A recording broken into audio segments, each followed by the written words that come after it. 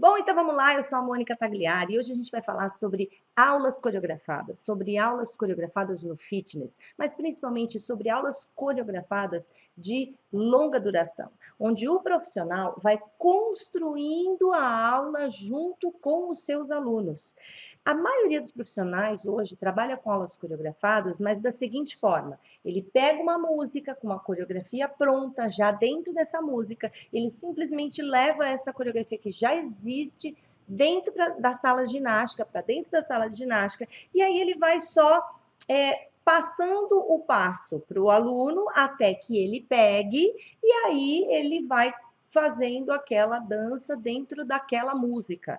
Isso é uma possibilidade? Sim, isso é uma possibilidade. Mas hoje a gente está aqui para falar como coreografar junto com os seus alunos durante a aula, que é uma construção mesmo, uma construção entre professor e aluno, música, movimento e som, e isso vai acontecendo de forma inteligente, pode ser uma aula de longa duração, onde você tem um trabalho cardio um pouco mais longo, e aí você agrega novos valores nessa aula. Então, hoje eu estou aqui falando com você, que é um professor do fitness, que trabalha com aulas coreografadas, cardiorrespiratórias, sejam aulas de ritmos, com diversos estilos musicais, ou então você que é um professor que trabalha já com aulas contínuas e que quer aprimorar esse seu método de trabalho. E vou lhes dizer mais, quem passa por esse tipo de formação, de entendimento, de como se constrói isso de forma contínua, tem muito mais facilidade em trabalhar com qualquer outra aula coreografada, inclusive as que têm equipamentos, como step, jump, cangu, enfim. Então vamos conversar um pouquinho sobre esse assunto. Essa websérie aqui vão ser vários capítulos, a gente não consegue falar tudo em um só, tá? Então hoje a gente vai falar sobre alguns aspectos, eu já vou te falar já como que é isso aqui. O importante é você ter em mente que é o seguinte: só copiar não desenvolve o criar. E vai ter um momento em que você vai ter que decidir isso na sua vida. Quando você tiver com um grupo de alunos na sua frente, qual vai ser a sua opção de como profissional, opção de aula, mas uma opção como profissional. O que eu quero fazer com os meus alunos? Quero desenvolver o que com eles? Quero desenvolver a criatividade, quero desenvolver um relacionamento onde se mostra a educação em primeiro plano, onde eu estou ensinando essas pessoas a fazer coisas mentalmente, a desenvolver aspectos cognitivos, ou se nós vamos fazer só apenas uma movimentação e vocês apenas vão copiar e dançar se aprenderem nesta aula. Senão, na próxima, talvez numa próxima aula, repetindo de novo, e depois numa próxima aula, repetindo de novo, o aluno pode pegar aquele movimento com mais qualidade. Não, então, só copiar não desenvolve o criar. Então, se você for criar com os seus alunos, você vai ter um outro entendimento de movimento, o seu aluno vai ter um outro entendimento de movimento, e esta aula, por ser entendida pelo aluno, poderá ser praticada num outro nível físico e resultados poderão ser alcançados, porque, afinal de contas, uma aula de ginástica é uma aula de treinamento, uma aula de ritmos, ela é uma aula de treinamento. Nós não estamos dando uma aula de dança como fazem os profissionais da dança. Então tem que ter, sim, uma base do treinamento, porque uma pessoa se matricula numa academia com objetivos, e o objetivo só é alcançado se houver treinamento. E dar uma aula só copiada é diferente de dar uma aula criando com o aluno, dando para ele ferramentas para que ele execute de maneiras diferenciadas a ponto de ter diferentes resultados no seu organismo. Então vai chegar um momento em que você vai ter que escolher, você vai ter que tomar uma decisão. Tá? Então, falando em tomar a decisão, eu quero contar uma história para você, quero que você preste atenção nessa foto aí. Essa foto sou eu, até postei recentemente nas mídias essa foto. Sou eu dando uma aula num cruzeiro fitness, com pessoas desconhecidas, um público super heterogêneo. Estou eu aí tentando me caracterizar de Michael Jackson, usando uma calça preta, um colete, uma luva, enfim, para levar uma ambientalização da coisa para aquele momento daquela aula. Esta é uma aula coreografada, né? Foi uma aula intervalada, mas foi uma aula coreografada, e eu levei sons do Michael Jackson. Todo mundo sabe aqui do fitness, se você não me conhece, que eu sou apaixonadinha pelo Michael Jackson, né? Eu curto demais esse rapaz, né? por vários motivos, pela sua qualidade musical, pela sua variação rítmica, ele me proporciona experiências com movimentos que eu posso levar para a sala de ginástica e ainda obter resultado com os alunos. Então, eu curto esse som e vou tentando trabalhar como que eu posso usar a educação física nesse sistema música, movimento, dança e treinamento, né? Então, o Michael ele tem sido uma grande inspiração para mim. Eu dei inúmeras vezes aula de Michael Jackson, inúmeras vezes. Essa é numa academia ali com os meus alunos, né? Tá lá a luvinha, a calça, o colete, fazendo esse esquema aí. E para fazer essa aula aí do Michael Jackson, há que se tomar decisões, né? Eu vou só fazer os alunos copiarem uma coreografia que já existe, ou eu vou criar uma coreografia junto com os alunos durante o tempo que aquelas músicas têm? Então, eu tive que optar por isso. E sempre a minha opção foi por criar a coreografia junto com o aluno, porque parece ficar mais fácil para o aluno, mais claro para o aluno. E ele consegue, naquele tempo musical, que às vezes a música dura só 3 minutos, só 5, só 4, fazer daquele momento, um exercício físico, não só uma dança pela dança. Então, nós fizemos muito dessa maneira em academias, mas também fizemos em eventos, né? Em vários eventos a gente já fez aulas de Michael Jackson. Essa foto que você está vendo aí agora é uma turma minha num ENAF, e eu avisei pelas mídias sociais que eles poderiam se caracterizar vindo de calça preta e camiseta clara. E olha só, muitas pessoas vieram de calça preta e camiseta clara, eu também estava vestida. Então, nós sentamos um pouquinho antes da aula para conversar o que nós iríamos fazer naquele momento ali, o que a gente teria pela frente, que ali ninguém ia dançar como o Michael Jackson, mas que a gente ia criar coreografias, construir coreografias e treinar o nosso cardiorrespiratório. Então, eu tive que tomar decisões para poder alcançar um grande número de praticantes e que é um público heterogêneo, são totalmente diferentes uns dos outros, com histórias físicas diferentes, com histórias emocionais diferentes mesmo, né? Então, você precisa tomar algumas decisões para dar uma aula coreografada, seja uma aula contínua ou intervalada. Tá? E é disso que nós vamos falar aqui hoje, da sua tomada de decisão, a partir de agora que você vai ter essas informações aqui nessa nossa websérie, essa aqui é a parte 1, tá? Então, vamos lá. As tomadas de decisão, elas vão estar em 3 níveis. O primeiro nível é antes da aula, é o nível que antecede a aula. O segundo nível é durante a aula e o terceiro nível são os adicionais. Sempre você vai ter esses 3 momentos, esses 3 níveis para tomar algumas decisões, tá? Então, nós vamos falar hoje do antes da aula. Antes da aula, você vai precisar determinar a música que você vai usar.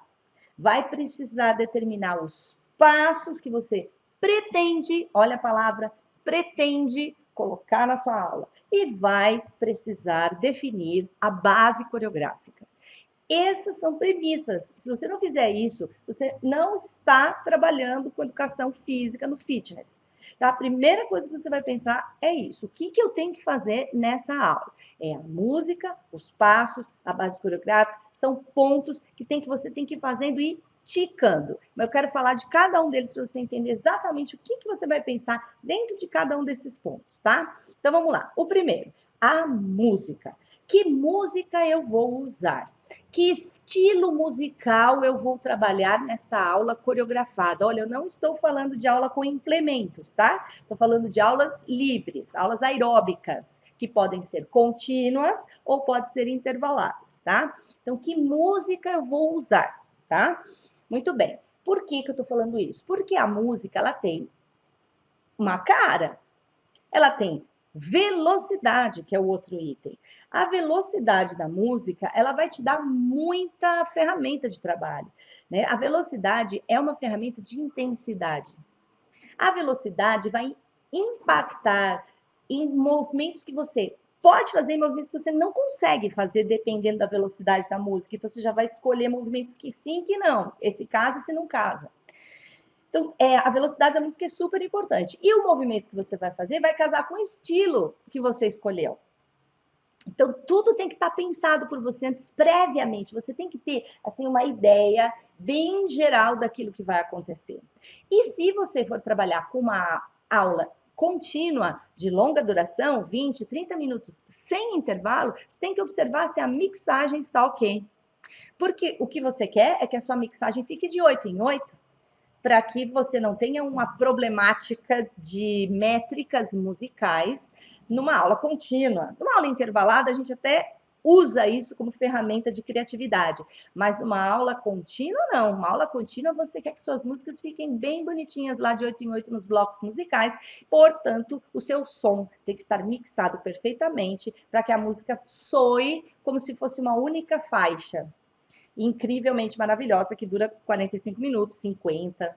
E aí você vai construir em cima dessa velocidade aí o tempo todo, e nesse caso uma velocidade constante, né? Diferente de uma aula intervalada, que você pode ter uma música mais rápida, uma música mais lenta, e isso muda tudo e vai impactar na escolha dos movimentos que você vai fazer. Você precisa saber muito sobre a música que você vai usar. Você tem que ter escutado muito. Então, voltando lá na aula do Michael Jackson, eu assisti 1.297 vezes cada um dos vídeos com as músicas que eu ia usar. Primeiro, para me ajudar a absorver movimentos que eu poderia ainda adaptar e dar para os alunos na hora da aula, e aí pensar em como eu ensinaria isso para eles. E a música, salvei todas, escutei muitas e muitas e muitas e muitas e muitas vezes, muitos mapas musicais. Eu criei movimentos que eu podia fazer com a música, esses movimentos, depois outros movimentos, para ir escolhendo o que melhor ficou. Então, a música, ela tem que ser muito escutada por você, muito escutada, ela tem que estar muito dentro, interiorizada, porque aí a música não é uma preocupação para você, a música é só um fator que te ajuda, que colabora durante toda a brincadeira da aula, porque a aula também tem uma parte de diversão. Tá? Então, a música é algo fundamental que tem que estar no seu antes da aula, no antes, naquele nível anterior. Bem, aí nós vamos para os passos. Bom, eu vou precisar pensar tipos de passos que eu certamente vou dar na aula. Tem uns que são certamente, tem uns que talvez você nem consiga, mas ele tem que estar na sua cabeça. Mas, em geral, você vai pensar em 3 pontos importantes. Você vai ter passos de locomoção, passos de estabilização e intensidade nesses passos. Tem passos que são menos intensos e são mais intensos por si só. Tem passos que ficam mais intensos se você pede uma execução diferenciada do seu aluno. E tem passos que podem ficar menos intensos dependendo de como você vai solicitar a execução do seu aluno. Isso tem que estar claro para você. Então, vamos ver quais seriam esses passos de locomoção. Em geral, são os passos que te provocam o deslocamento, tá? Então, eu selecionei aqui alguns. Você consegue criar deslocamento com marcha, com corrida, com chassé, com step touch. Você consegue criar esses deslocamentos. Você vai criar deslocamentos. Não existe uma aula coreografada que você fica fazendo tudo no lugar. Não existe. Ah, mas eu faço, eu danço ali no lugar. Isso é só um pedaço da aula. O deslocamento faz parte do treinamento. Você precisa deslocar para estimular o cardiorrespiratório do seu aluno.